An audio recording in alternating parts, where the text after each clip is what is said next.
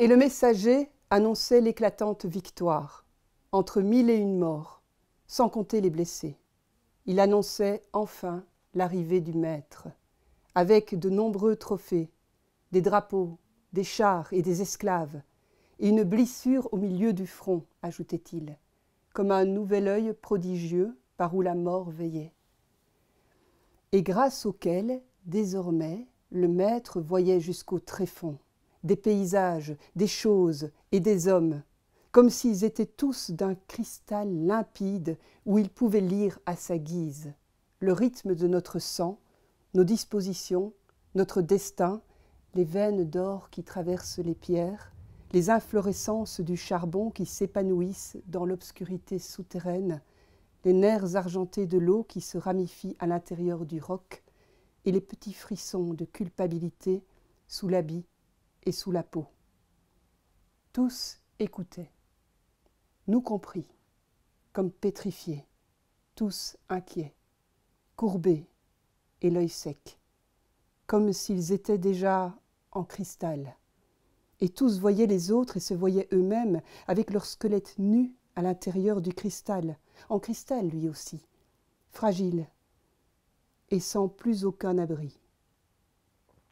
Pourtant, dans cette absence totale de sécurité, dans cette fragilité fatale, dans cette transparence sans ombre, voici qu'ils se sentirent brusquement apaisés, résorbés dans l'infini de la transparence, infini à leur tour comme innocents au sein du mal collectif.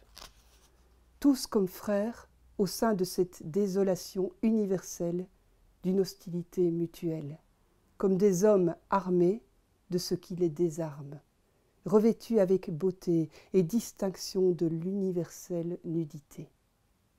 « Que notre maître revienne !» dit la maîtresse de maison, notre mère.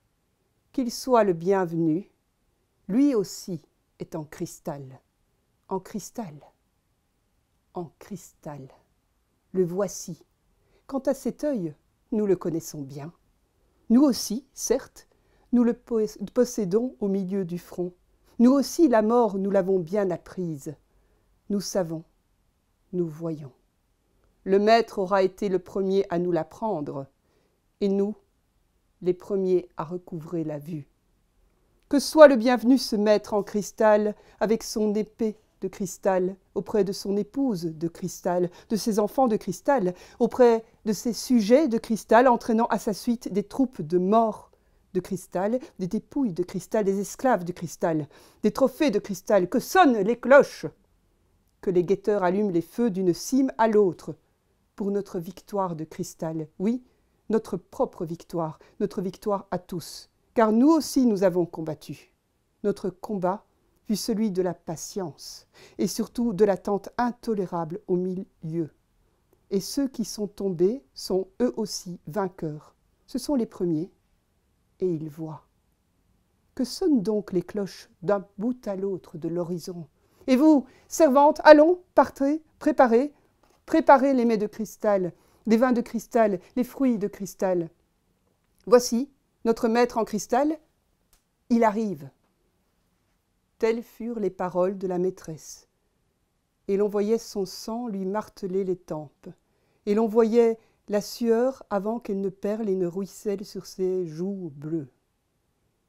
La vieille nourrice, qui l'avait retenue un instant, quand elle avait failli s'évanouir, l'assistait à présent de son silence averti, la couvrait de son ombre docte sous les grandes coupoles de ses yeux dilatés.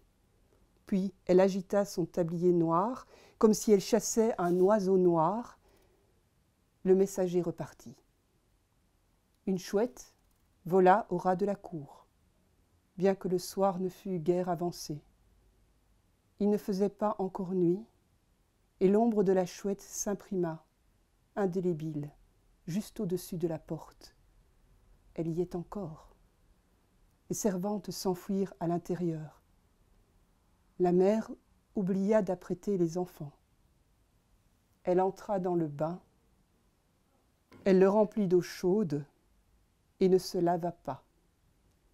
Aussitôt après, elle s'enferma dans sa chambre et devant le miroir se maquilla de rouge de rouge, de pourpre entièrement, comme un masque, comme une morte, comme une statue, comme un assassin ou comme assassiné déjà.